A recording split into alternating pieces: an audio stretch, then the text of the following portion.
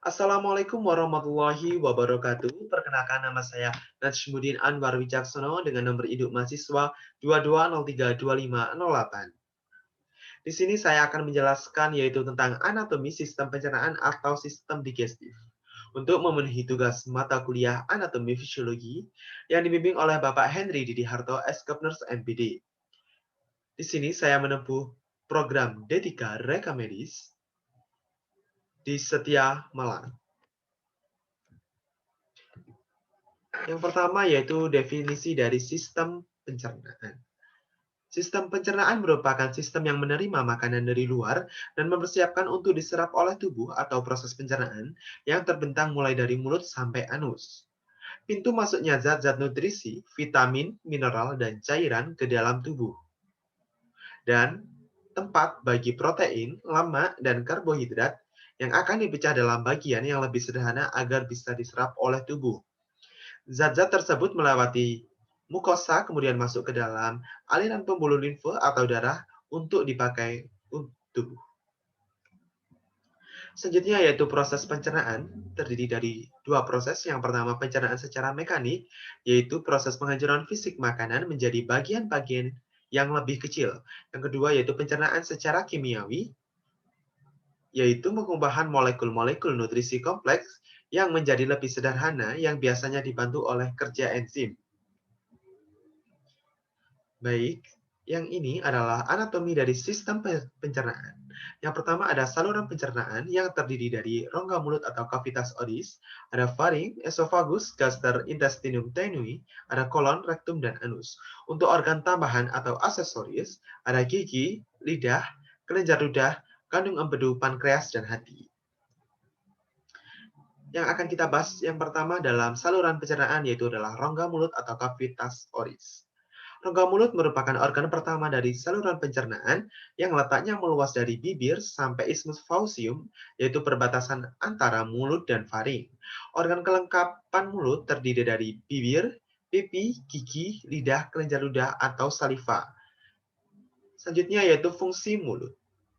Yang pertama adalah mastication atau mengunyah untuk memecah dan menelan makanan. Yang kedua ada speech yaitu untuk merubah vibrasi pita laring yang dapat menghasilkan suara. Ini adalah bagian dari anatomi mulut. Selanjutnya yang kita bahas yaitu adalah faring. Faring merupakan organ yang menghubungkan rongga mulut dengan kerongkongan atau esophagus. Faring ini merupakan suatu saluran yang panjangnya lebih kurang 12 cm.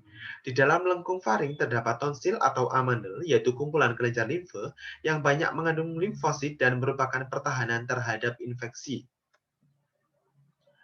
Faring dibagi 3 bagian, yaitu ada nasofaring atau pars nasalis, yaitu tempatnya di bagian faring yang letaknya berada pada bagian belakang rongga mulut. Yang kedua ada orofaring atau pars oralis, yaitu bagian dari faring yang berada di belakang rongga mulut. Yang ketiga ada laryngofaring atau pars laryngeal, itu bagian paling akhir dari faring. Lapisan dinding faring ada 3, ada tunika mucosa, tunika muscularis, dan tunika adventitia. Untuk nasofaring yaitu yang berwarna biru ini, untuk orofaring yang berwarna hijau, untuk yang berwarna ungu ini adalah laryngofaring. Selanjutnya yaitu esophagus atau kerongkongan.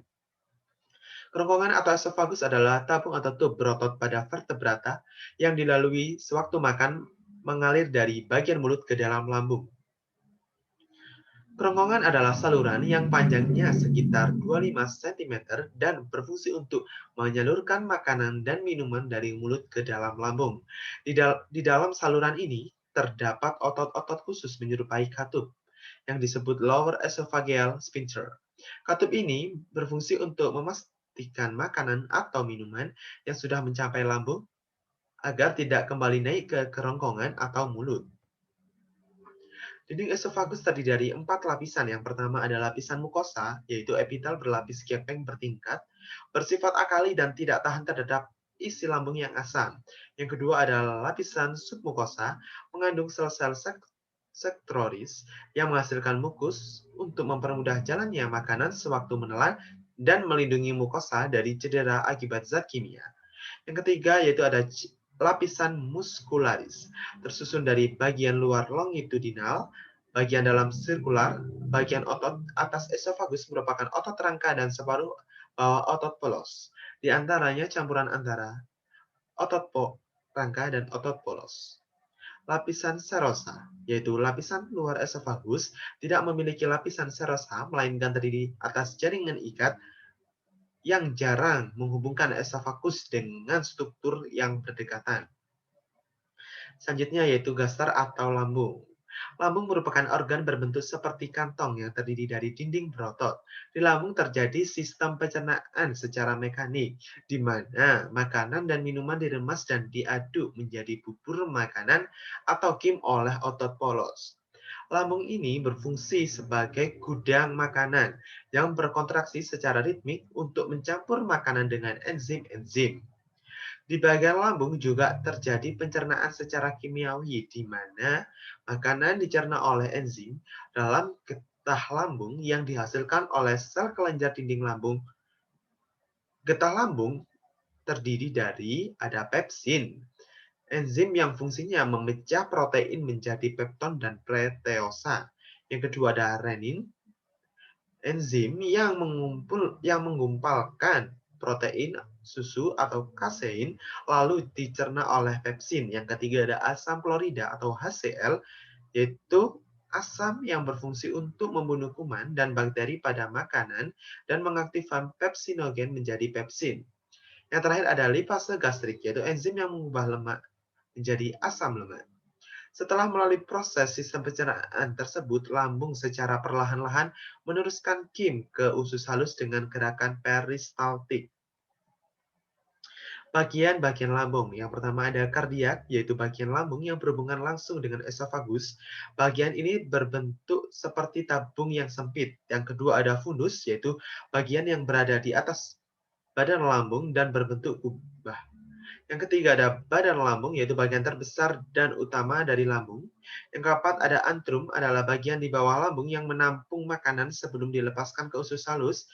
Yang terakhir ada pylorus, yaitu terowongan yang menghubungkan lambung dengan usus halus. Baik, ini adalah gambar dari bagian-bagian lambung. Selanjutnya yaitu ada intestinum tenui atau usus halus. Intestinum tenui merupakan organ pencernaan yang sering juga disebut sebagai small intestine atau usus kecil atau usus halus. Intestinum tenui yaitu menghubungkan dari gaster hingga valvula ileocaecal atau Bauhini yang merupakan batas antara intestinum tenui dengan intestinum crassum. Usus halus ini terdiri dari 3 bagian, yaitu ada usus 12 jari atau duodenum, usus kosong atau jejunum, dan usus penyerapan yaitu ileum. Bagian-bagian dari usus halus yang pertama yaitu ada usus 12 jari atau duodenum. Usus 12 jari atau duodenum adalah bagian dari usus halus yang terletak dari setelah lambung dan menghubungkan ke usus kosong atau jejunum. Duodenum ini disebut juga usus satu jari, panjangnya kurang lebih 25 cm, berbentuk sepatu kuda melengkung ke kiri. Pada lengkungan ini terdapat pankreas. Yang kedua ada usus kosong atau jejunum, adalah bagian kedua dari usus halus di antara usus 12 jari atau duodenum dan usus penyerapan atau ileum. Pada manusia dewasa, panjang seluruh usus halus antara 2 sampai 8 meter. 1 sampai 2 meter adalah bagian dari usus kosong. Yang terakhir yaitu adalah usus penyerapan atau ileum. Usus penyerapan atau ileum adalah bagian terakhir dari usus halus.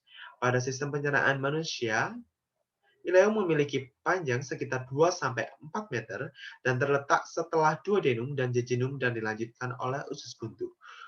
Yang ini adalah duodenum, yang ini jejunum yang berwarna ungu, yang berwarna merah ini yaitu ileum.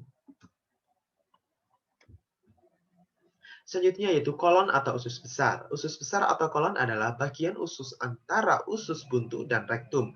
Fungsi utama organ ini adalah menyerap air dari feses dan membuang air dan mineral elektrolit dari ampas makanan yang tidak dicerna, lalu membentuk limbah padat yang dapat dikeluarkan. Banyaknya bakteri yang terdapat di dalam usus besar berfungsi untuk mencerna beberapa bahan dan membantu penyerapan zat-zat gizi atau berfungsi membuat zat-zat penting seperti vitamin K. Bagian-bagian dari kolon, yang pertama ada kolon ascendens yang panjangnya 13 cm terletak di bawah abdomen, sebelah kanan membujur ke atas dari ileum di bawah hati. Yang kedua ada kolon transversum, panjangnya kurang lebih 38 cm, membujur dari ujung kolon ascendens sampai ke kolon descendens, berada di bawah abdomen. Yang ketiga ada kolon descendens, panjangnya kurang lebih 25 cm, terletak di bawah abdomen bagian kiri, membujur dari atas ke bawah dan flexura lenalis sampai ke depan ileum kiri, bersambung dengan kolon sigmoid. Yang terakhir yaitu kolon sigmoid. Kolon sigmoid merupakan lanjutan dari kolon descendens yang terletak miring dalam rongga pelvis sebelah kiri. Bentuknya menyerupai huruf S, ujung bawahnya berhubungan dengan rektum. Ini adalah kolon ascendens, yang ini adalah kolon transversum, ini kolon descendens, dan yang ini kolon sigmoid. Selanjutnya yaitu rektum. Rektum adalah sebuah ruangan yang berawal dari usus besar atau setelah kolon sigmoid dan berakhir di anus. Rektum ini berfungsi sebagai tempat penyimpanan sementara feses. Panjangnya rektum sekitar 15-20 cm dan berbentuk S. Selanjutnya yaitu anus. Anus adalah bagian terakhir dari saluran pencernaan. Panjang anus adalah kira-kira 4-5 cm. Anus ini memainkan peranan penting untuk defekasi. Yang selanjutnya yaitu fungsinya yaitu mengatur keluarnya feses, menahan BAB di saat tertentu. Bagian-bagian anus ada 4. Yang pertama ada anal kanal atau kanalis anal, yaitu sebuah saluran dengan panjang sekitar 4 cm yang dikelilingi oleh sphincter anus yang fungsinya untuk penghubung antara rektum dengan bagian luar tubuh. Yang kedua ada sphincter anal internal, yaitu jaringan otot polos yang mengelilingi 2,5 cm di bagian kalis anal. Fungsinya yaitu untuk mengatur pengeluaran feses saat buang air besar agar feses tidak kembali ke anus. Yang ketiga ada sphincter anal eksternal, yaitu jaringan otot rangka atau lurik berbentuk elips yang melekat pada dinding anus. Panjangnya sekitar 8-10 cm. Fungsinya yaitu adalah untuk membuka dan menutup kanalis anal. Yang terakhir ada pectinate line, merupakan garis yang berfungsi sebagai garis pembagi antara 2/3 atas dengan bawah sepertiga bawah di bagian anus. Fungsi dari ini penting karena bagian yang dipisahkan olehnya membuat struktur dan fungsinya yang berbeda. Nah, ini adalah foto atau gambar dari anatomi anus.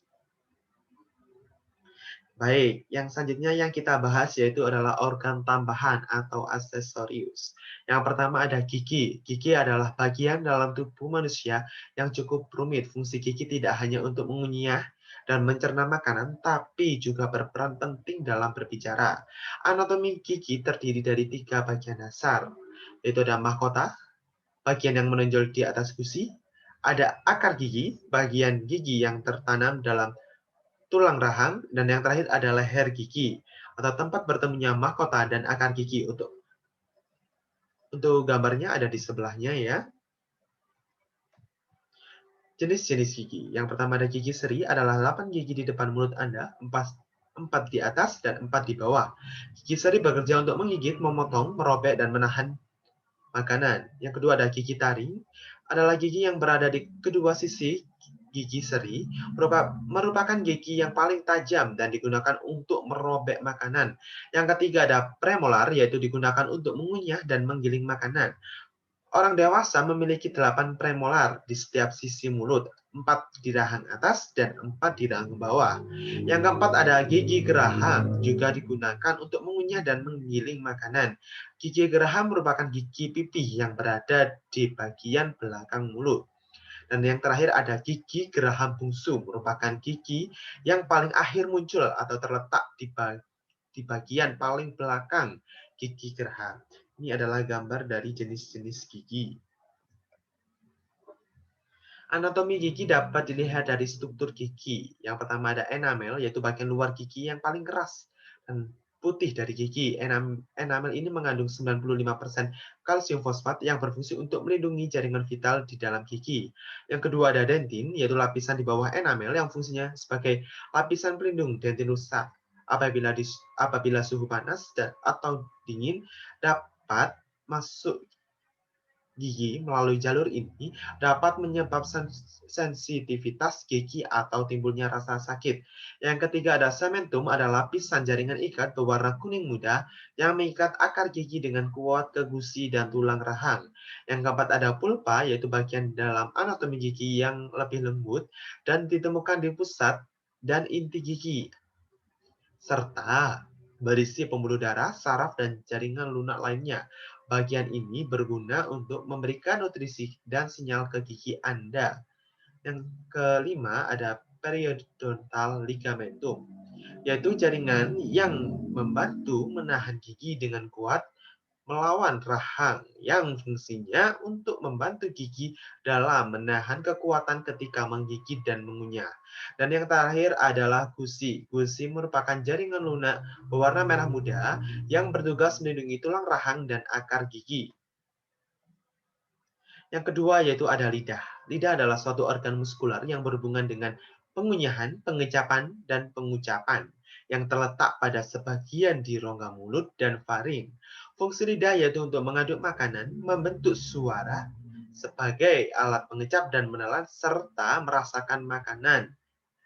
Di dalam lidah mengandung dua jenis otot, yaitu ada otot ekstrinsik yang berogio di luar lidah, dan otot intrinsik yaitu brachio dan insersi di dalam lidah. Bagian lidah ada tiga, ada pangkal lidah atau radix lingua, ada badan lidah atau dorsum lingua, ada ujung lidah atau apex lingua. Lidah mempunyai banyak organ perasa bahan yang masuk ke dalam mulut. Yang pertama ada ujung depan atau sebagai alat pengecap untuk rasa manis, yang ini untuk depannya untuk rasa manis. Di bagian samping atau pinggir adalah rasa asin dan asam. Di bagian belakang ada rasa pahit, dan di permukaan ini untuk perabaan suhu panas dan dingin. Selanjutnya yaitu kelenjar ludah. Kelenjar ludah merupakan kelenjar yang mensekresi larutan mukus ke dalam mulut. Ada dua macam kelenjar ludah. Yang pertama kelenjar ludah yang terdapat di luar rongga mulut, dan yang kedua kelenjar ludah yang terdapat di dalam rongga mulut. Bagian-bagian kelenjar ludah ada kelenjar submaxillaris, ada kelenjar sublingual, ada kelenjar parotis. Ketiga kelenjar ludah tersebut menghasilkan ludah setiap hari sekitar 1-2,5 liter ludah. Kandungan ludah pada manusia adalah air, mukus, enzim amilase, dan zat antibakteri. Fungsinya yaitu untuk melumasi rongga mulut serta mencerna karbohidrat menjadi disakarida. Selanjutnya yaitu adalah kandung empedu. Kandung empedu adalah sebuah kantung berbentuk seperti buah pir yang terletak pada permukaan inferior dari hati pada garis yang memisahkan lobus kanan dan lobus kiri yang disebut dengan fossa kandung empedu. Kandung empedu ini ukurannya pada orang dewasa adalah 7 cm hingga 10 cm dengan kapasitas kurang lebih 30 mili. Fungsi kandung empedu yaitu yang pertama, menyimpan dan mengkonsentrasikan cairan empedu yang berasal dari hati di antara dua periode makanan. Yang kedua yaitu berkontraksi dan mengalirkan garam empedu yang merupakan turunan kolesterol dengan stimulasi oleh kolesistokinin ke duodenum hingga membantu proses pencernaan lemak. Empedu diproduksi sel hati dan ditampung di kantung empedu atau gallbladder, vesica valea. Struktur kandung empedu yaitu ada fundus berbentuk bulat untuk korpus di permukaan bagian bawah hati, untuk kolum berlanjut dari ductus cysticus berjalan keomentum minus dan bersatu dengan sisi kanan ductus hepaticus communis membentuk dengan ductus colectorus. Yang selanjutnya yaitu pankreas. Pankreas adalah organ kelenjar yang memanjang pada dinding posterior abdomen, tepat di belakang lambung yang memiliki beberapa fungsi dalam sistem pencernaan. Pankreas ini dikelilingi oleh hati, limfa, kantung empedu, dan usus kecil. Pankreas ini bertugas untuk melakukan sekresi pada enzim atau getah usus agar dapat mengucurkan makanan. Pankreas membentuk dua sel dasar. Yang pertama ada sel eksokrin berkelompok disebut asini menghasilkan unsur getah pankreas atau suatu enzim yang dapat menghidrolisis protein, lemak, dan karbohidrat. Yang kedua ada sel endokrin yaitu atau pulau Langerhans menghasilkan hormon insulin dan glukagon yang penting pada metabolisme karbohidrat. Struktur jaringan penyusun pankreas yaitu ada dua. Yang pertama ada jaringan asini berfungsi untuk mensekresi getah pencernaan dalam duodenum. Yang kedua ada pulau Langerhans. Pada manusia ini paling sedikit terdapat 4 jenis sel. Ada sel A atau alfa yaitu untuk mensekresikan glukagon. Ada sel B atau beta mensekresikan insulin, sel D mensekresikan somatostatin, dan sel F mensekresikan polipeptida pankreas. Selanjutnya yaitu adalah hati. Hati ini beratnya sekitar 1,5 sampai 2,5% berat badan pada orang dewasa normal. Hati ini merupakan organ terbesar di dalam tubuh, terletak di sebelah kanan atau rongga abdomen, di bawah diafragma, dilindungi oleh kosta bagian bawah dan lengkung iga berbentuk seperti piramid dengan puncak berada di sedikit ke kiri subhisterum. Hati ini berwarna merah tua. Hati merupakan suatu kelenjar terbesar di tubuh kita. Dalam mensekresikan empedu yang mengandung garam, empedu di mana memegang peranan penting dalam pencernaan lemak. Hati terbagi dua bagian besar oleh ligamentum falciformis, yaitu lobus kanan dan lobus kiri, di mana bagian kecil lobus kanan terdapat lobus quadratus yang terdapat pada permukaan inferior hati dan lobus caudatus pada permukaan posterior.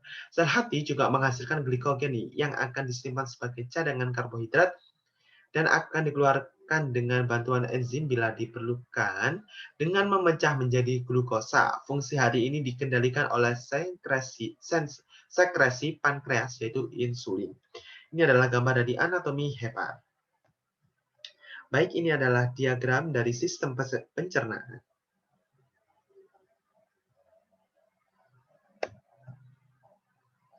Baik, terima kasih. Semoga bermanfaat bagi kita semua. Dan jangan lupa like, subscribe, and share. Terima kasih. Assalamualaikum warahmatullahi wabarakatuh.